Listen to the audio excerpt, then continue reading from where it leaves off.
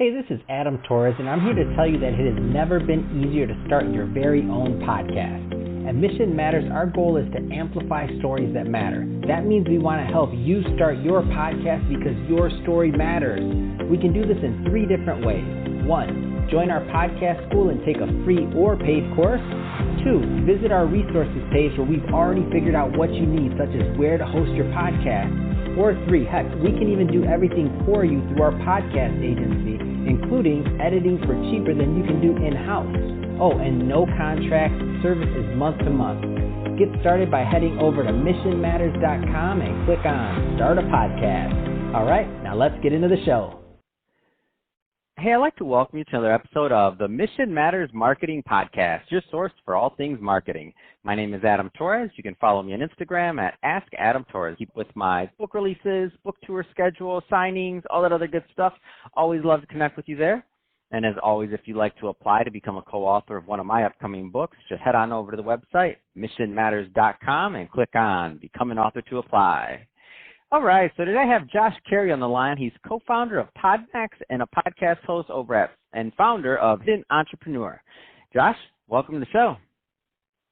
I already love being here, Adam. Excited for a great conversation. Thanks for having me.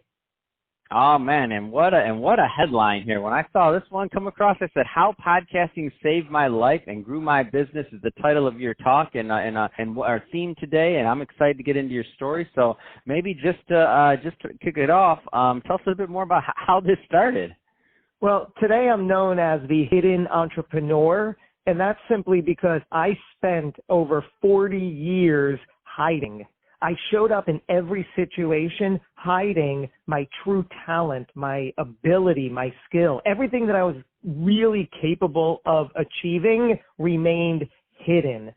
Why, you might be asking, right? You could imagine that gets really exhausting really quickly. For one thing, I was desperately seeking the approval of others. You know the deal. I just wanted to be liked. But even deeper than that, what it came down to is I reserved everything that I was capable of achieving because not only did I want to be liked, I also had this fear that if you saw me coming to the table with something good, great, wonderful, amazing, that might shine a light on your insecurities and make you feel insecure. And if I was the reason for that insecurity, what might happen? You might retaliate against me. You might say, "Get out of here. Who do you think you are?" Or worse. And I didn't feel like I had the strength to stand up or stick up for myself.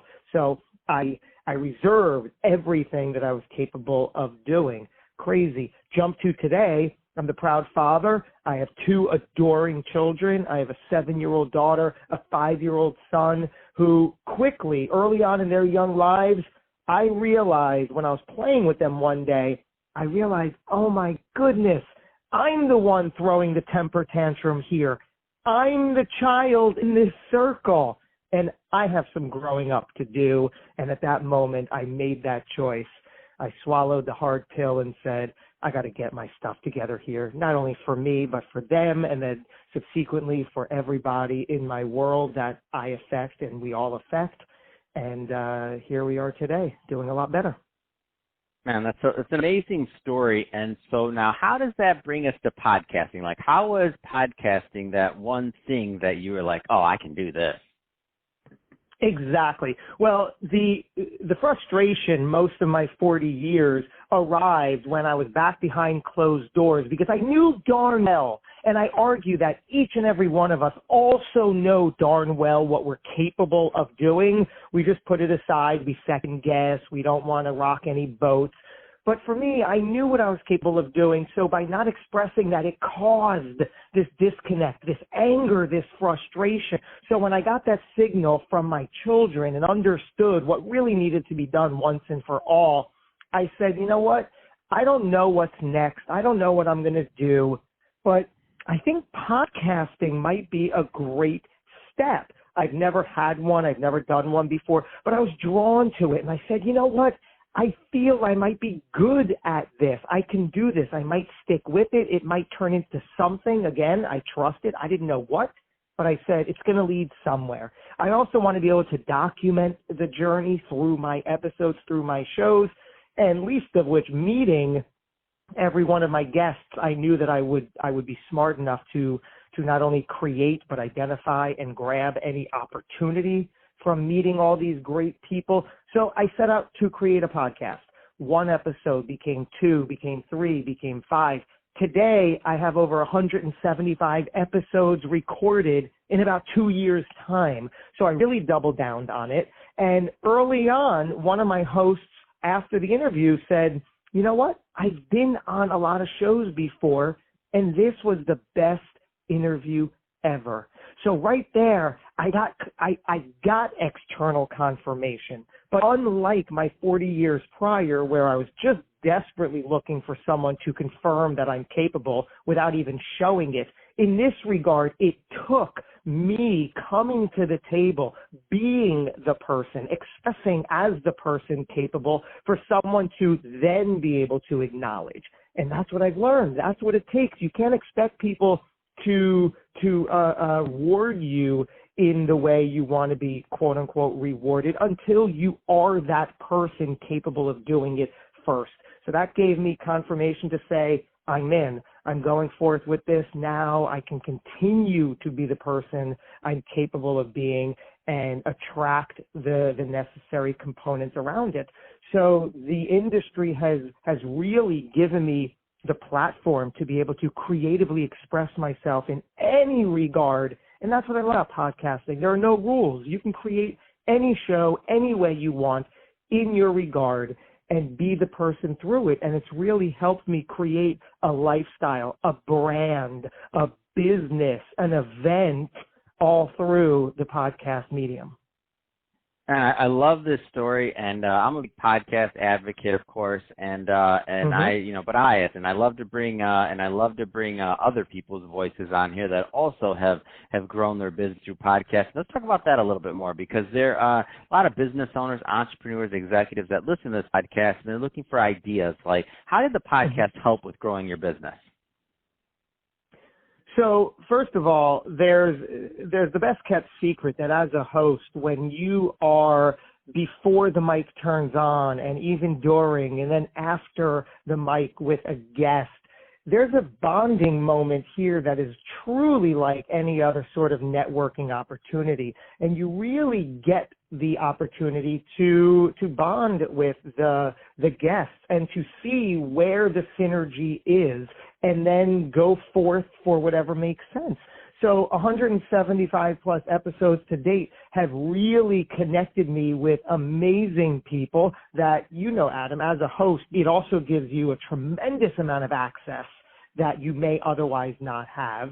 So a year ago, I was at a podcasting event where I had the opportunity to record episodes of my show, and I was randomly matched with a gentleman named Eric Cabral, who I've never met before, but I interviewed him. And after the interview, he said, you know, I have a studio in New Jersey. We're both from New Jersey.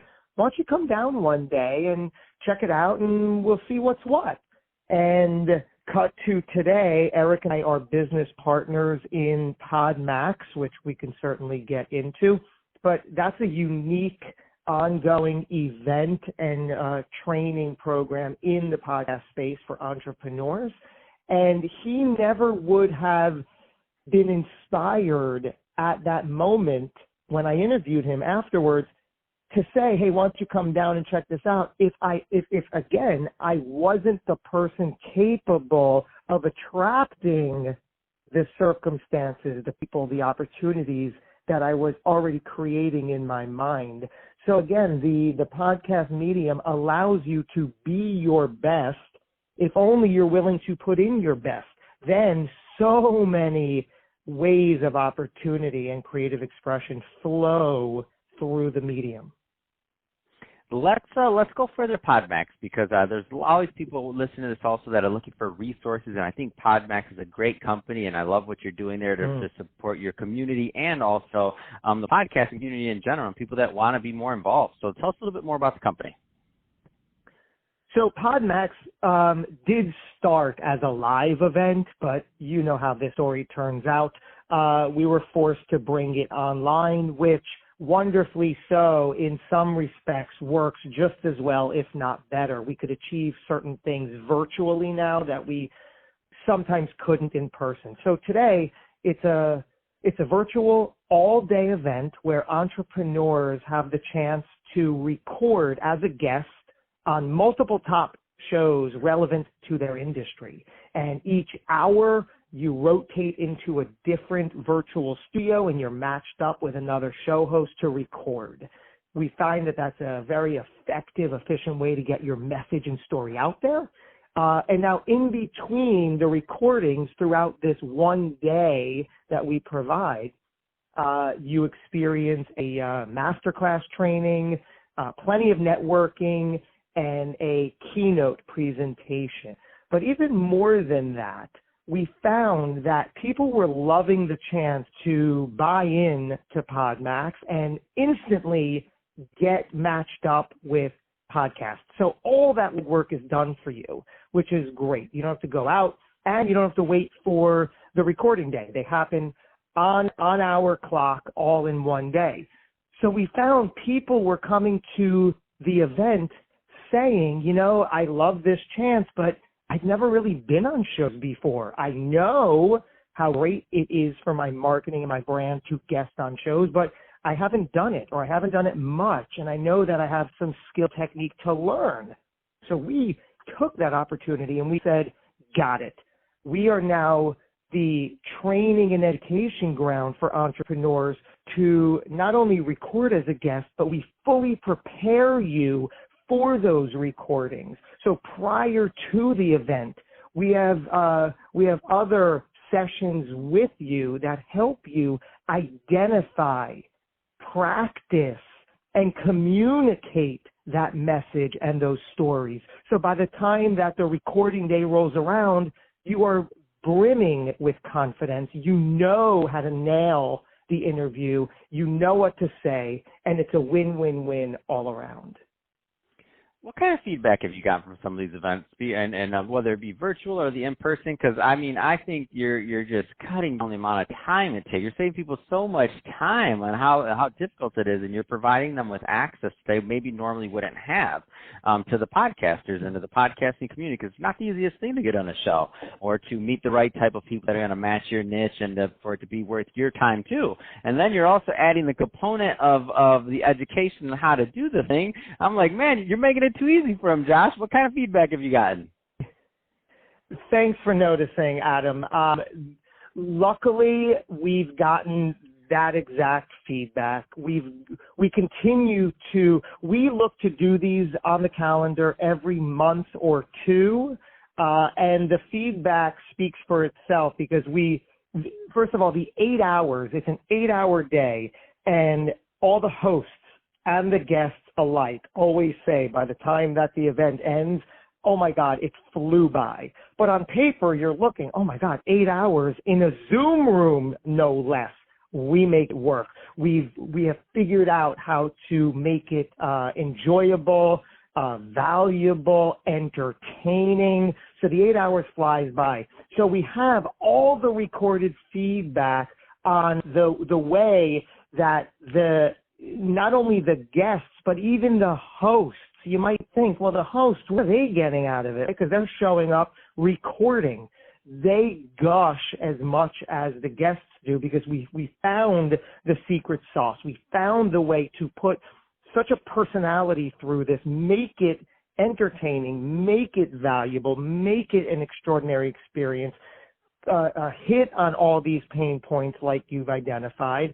And that's why the hosts return to work with us time and time again. And we have a pretty big number of guests that come back because like you've identified, you buy a ticket and you get all the legwork done for you. You just show up. You're already matched with 3 great hosts that are going to take care of you, are going to release in a few weeks your episodes, and it just becomes an incredible family and a community that just works well for everybody. Man, that's awesome.